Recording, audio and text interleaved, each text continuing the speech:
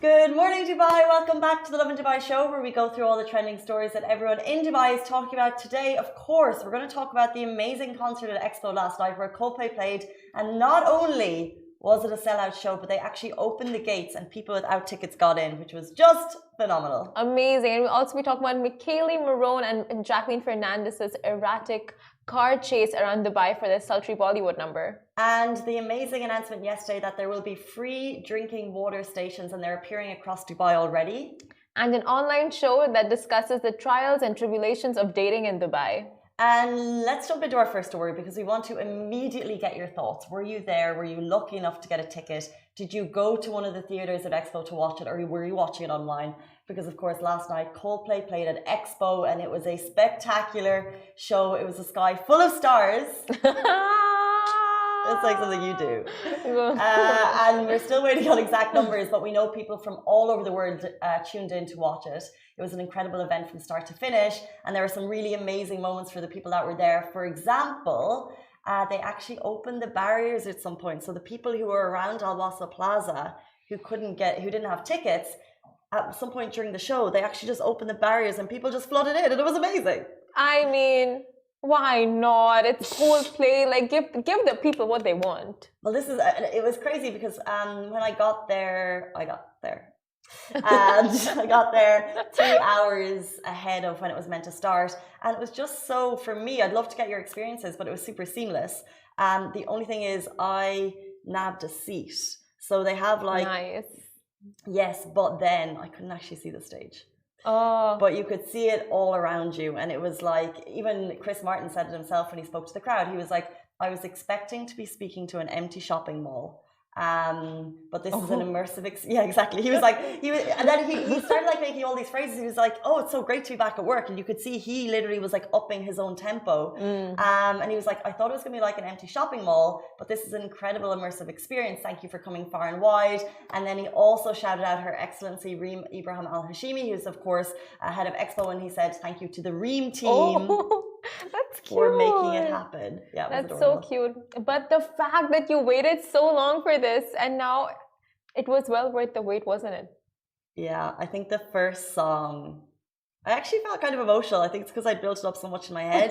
But he was so on point. I actually saw a comment, and I think it's so interesting to get everyone's views of the show. But I saw a comment and they said that they thought the sound wasn't great. And I thought, in my tone-deaf head, he was spot on. He was just perfection. Every single song nailed it. Sky Full of Stars, Viva La Vida, of course, the song with BTS. He was like, at the beginning of that, he was like, at one point in a band's life, you realize you need to make a song in Korean. And it was so funny because he played like songs across like, every single album from like the early years to the late years, and like all the early stuff I love. And then you could hear the crowd really going wild for the BTS song, and it was like, oh, that's the song because you're way younger than me. But it was so great, and the fact that they because obviously the big fans, we saw those photos today, right? And it was people trying to get in who didn't have tickets, so they made posters and they were there outside at Expo trying to get in, and then Expo opened the barriers and you actually got in. It was just crazy. It was so good. Ask and thou shalt receive. They literally went for it. They went for it, and Expo, like, that's incredible for them also to just, like, okay, fine, if you have a ticket, go in. But they're like, no, fine, just go inside, check, see the people that you admire so much, the band you admire so much. So that was incredible. And I saw the concert through my stories literally every single one of my friends were down at the concert, Really? living their lives, and one of my friends was literally crying on her stories like it was her biggest dream, and she was in tears, especially when I think the end. Was it you? What? Oh my God, was the friend that I saw you crying? Oh no, I didn't take any stories. Oh my, yeah, enjoying the moment. Well, I took videos, I just didn't post it. Not really, I just didn't post any stories, so it wasn't me crying. And they gave LED wristbands. Yeah, but like, that's the whole thing. So it was like the whole, obviously it's the biggest LED production in the world, so the whole roof is Chris Martin. So yes, it was really frustrating for me not being able to see the stage. And when I looked at everyone else's stories today, I didn't realize it last night because I was like, oh, I'm sure. Then I looked at everyone else's stories and I was like, oh, you really saw him, like, oh, so good. But I saw like little bits of him pop out. But we also, everyone was wearing LED bracelets and they had like different lighting set up around. So the whole thing was really lit. And like Chris Martin himself said, like, this is such an immersive experience. It was phenomenal. It was magical. It was magical. It was once in a lifetime. And would love to get your experiences leaving because I know there's queues for Metro, of course there's going to be. But like, I guess I walked to the car, there wasn't much traffic getting out. Like it was just, for me, it was such a great experience. Honestly, I can see this becoming the future of concerts. What? I can see this becoming the future for concerts. What? Like just this immersive situation with the projection lights, because it looked out of this world. It was so cool. It was insane though, especially when all of those songs like You're My Universe came and they had those universal projections. Oh, it was insane. Just seeing it from stories, I can't imagine you being there in person and seeing it. I'm so sorry. I'm just reading the tickets and Warren and Moses says I was the victim of a fake ticket. Warren, I'm so sorry. I can't even imagine how dreadfully disappointing that must have been. If you want to share with us on DMs how it happened, like even me going through scanning my ticket, I was like, please work, because you don't know. Like I got it from a colleague and she'd been in the lottery, Malika. But imagine if it, like, I was like, it's a little fear, you know. What if somehow that, because it was just on a WhatsApp, like what if it went to someone else? So Warren, oh so my sorry. God, that's so sad. I wonder how much he paid for it. Quite a lot, I'm sure. Anyway, guys, we'll move on to our next story, all about Michele. I thought it was Michelle Marone my whole life, but it's actually Michele. Now, Michele Marone and Jacqueline Fernandez's erratic car chase around Dubai for their sultry Bollywood number, Murmur Ke, Bollywood's latest sultry music video starring 365 Day star Michele Marone and B-Town diva, Bollywood diva, Jacqueline Fernandez had the internet in a frenzy from the word go. Now, the music video racked up millions of views in less than 24 hours of its release. And apart from Jackie and Michele's sizzling chemistry, the highlight of the video was most definitely the spectacular Dubai backdrops. And of course, the fact that they were serving up some major Mr. and Mrs. Smith vibes. That takes us back to Brad and Ange back in the day. The two were in this like crazy car chase sequence around Dubai Sheikh Zayed Road.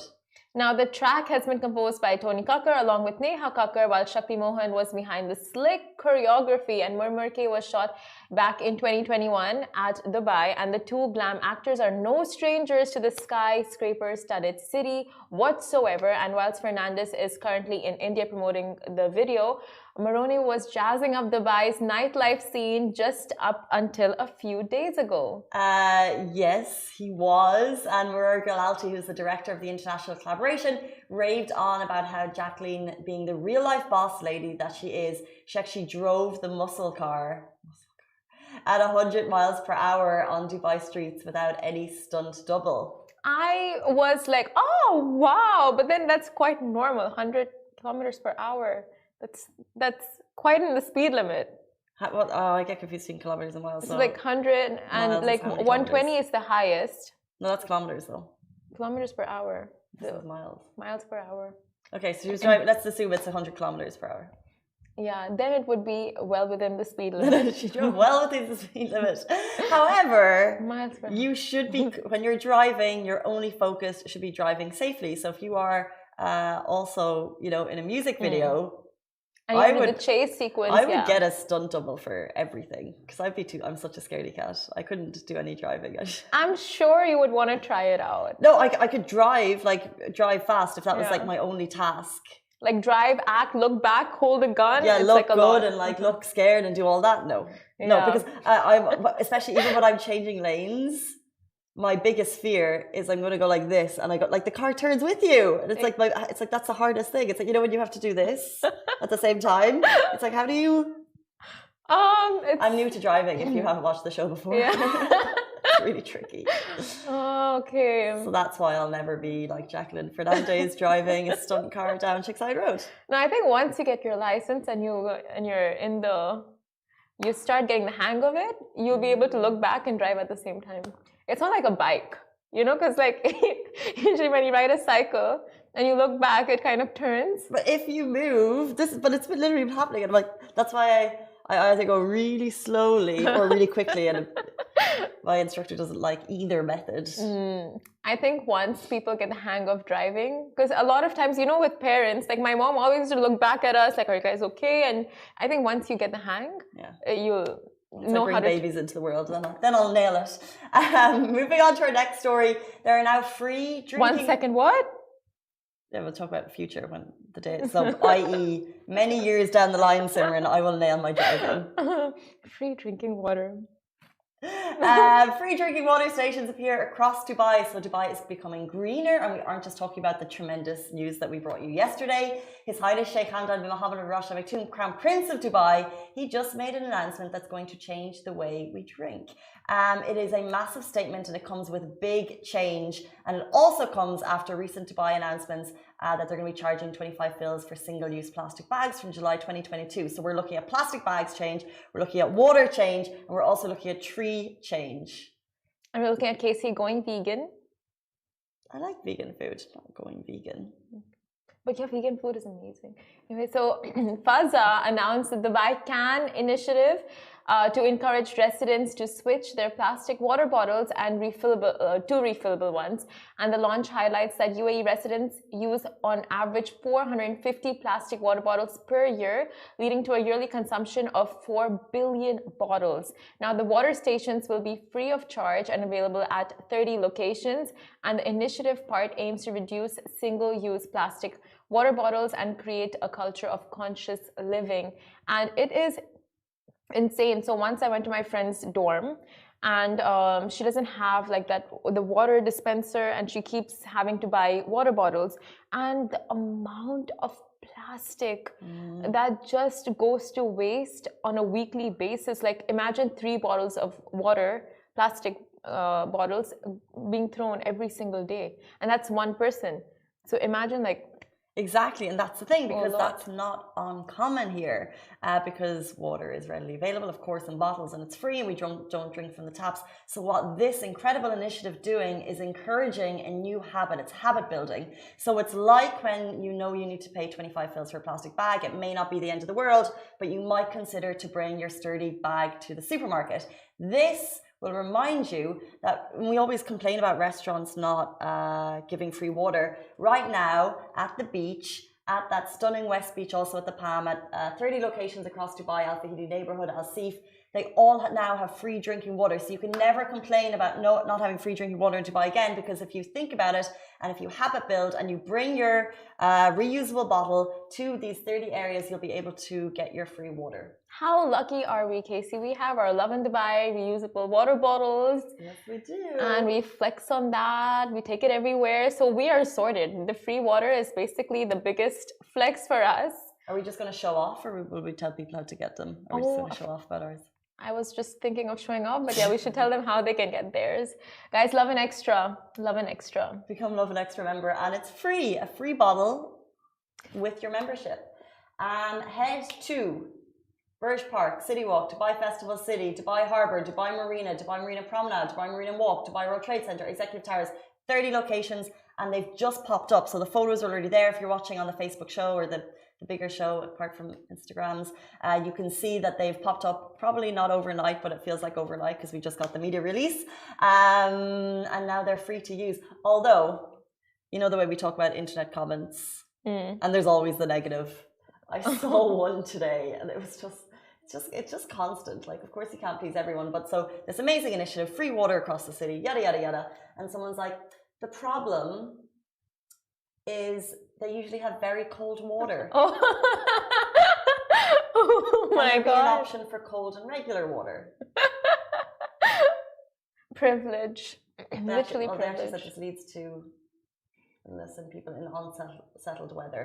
But I think, if it's clean drinking water, we have access to it. Let's not complain. Let's just embrace and let's make the habit of bringing our reusable water. I have a reusable water bottle at home and at work, but I don't always bring it with me. So I think, I need to get into that habit. I'm surprised this person is like, oh, the problem is cold water and not there's no flavors of water. There's no variety of water, black water, white water. The beauty about Dubai is you can get it if it's cold and just leave it somewhere for a while and the temperature will regulate. There you go. There's always a solution. When the summer comes, we'll be very thankful for that cold water. Casey said it. I was gonna say I saw this the other day somewhere, and I'm just like, what is that? And now it all makes sense. It's all coming together. The water stations. Yeah, you saw them in real life. I did. IRL. And IRL. And the best part about Dubai is that it's just rolled out at these 30 locations, but soon I'm sure it's just gonna pick up everywhere. It's gonna be at every neighborhood. It's amazing. Not all cities do this. We are very lucky people. We are so lucky. However, let's move on to our next story.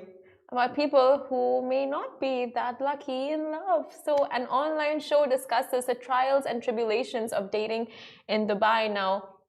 For the day that's in it, which was Valentine's Day on Monday.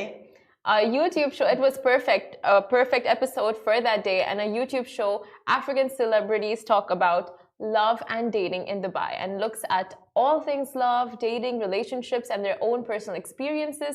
Now, reporter Lady Mayowa sits down with DJ Don't Touch My Hair, Kiza, and Alice, and they dig deep into the whys of dating in Dubai, asking all the right questions like, yes, Dubai is a romantic city with a perfect backdrop, so why do people still find it hard to find and keep love in Dubai? Well, the answer is they're asleep.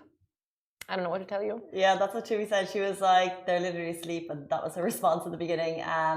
But the responses from each of them are mixed. So, for example, Tumi says she found love, but then that love doesn't stay in Dubai, and that is very relatable for a lot of people. Yes, you might find love, but because we are a transient city, because people are here for different times, because people are different cultures, that it doesn't stay, and the people are here for a short time and they just want to have fun. DJ Mendy, he said he's been here for nearly a decade. He's found love on and off, but also agrees that it never stuck. So why, and the show begs the question, why is it hard to find love? Do we need to set higher standards?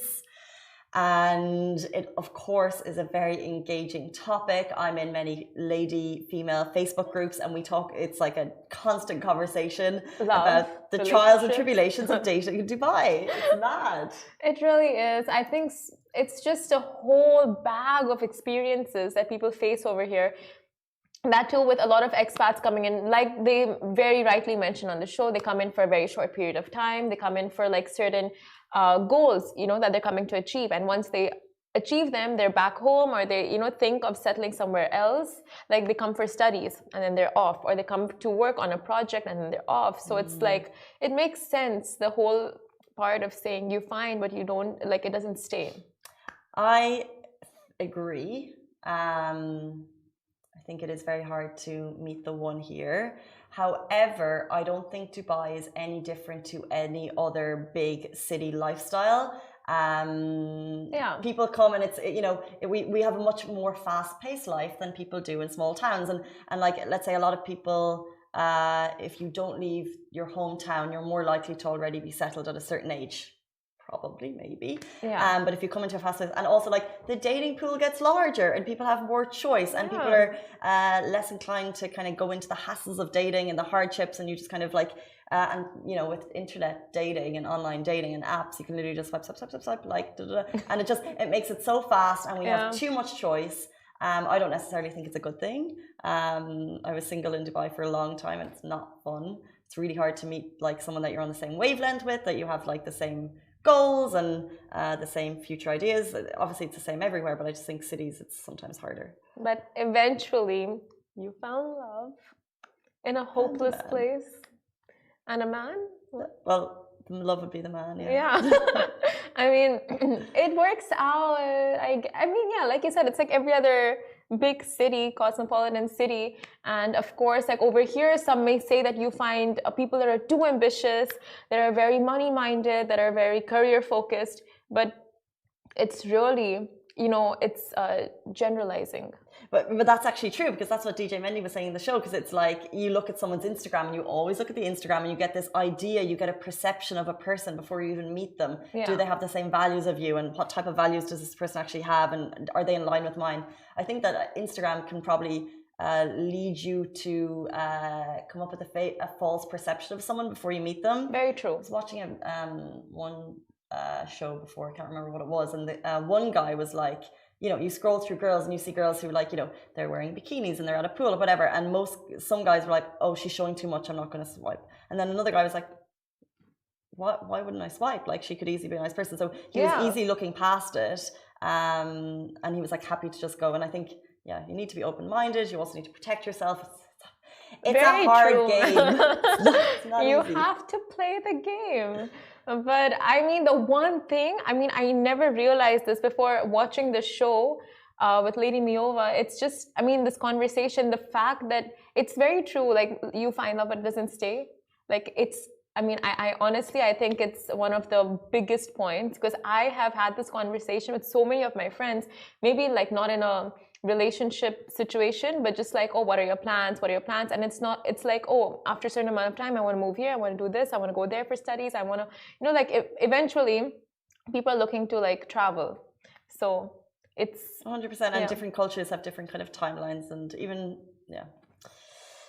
So, the show asks the question, why is it harder to find love? If you have that answer, could you let us know? And do we need to set higher standards rather than like getting into these interesting entanglements? And I thought that was a fabulous word used by Alice.